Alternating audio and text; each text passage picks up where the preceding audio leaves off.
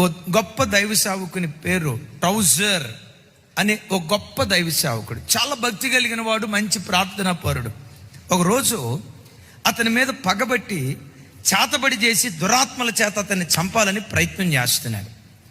ఆ చేతబడి చేసే మాంత్రికుడు మంచి బలమైన మంత్రాలు సంధించి ఈయన మీదకి చేతబడి ఆత్మలు పంపిస్తూ ఉన్నాడట. ఆ చేతబడి ఆత్మ ఎంత వేగంగా వెళ్ళిందో అంతే వేగంగా తిరిగి వస్తుందట. ఇప్పుడు బంతి ఉంది, గోడ కొట్టామనుకోండి స్పీడ్గా, ఆ బంతి ఏమైపోద్ది? అంతే స్పీడ్గా వెనక్కి వస్తుంది, చూసారా? అట్లాగే అంతే స్పీడ్గా దురాత్మలు వస్తున్నాయట.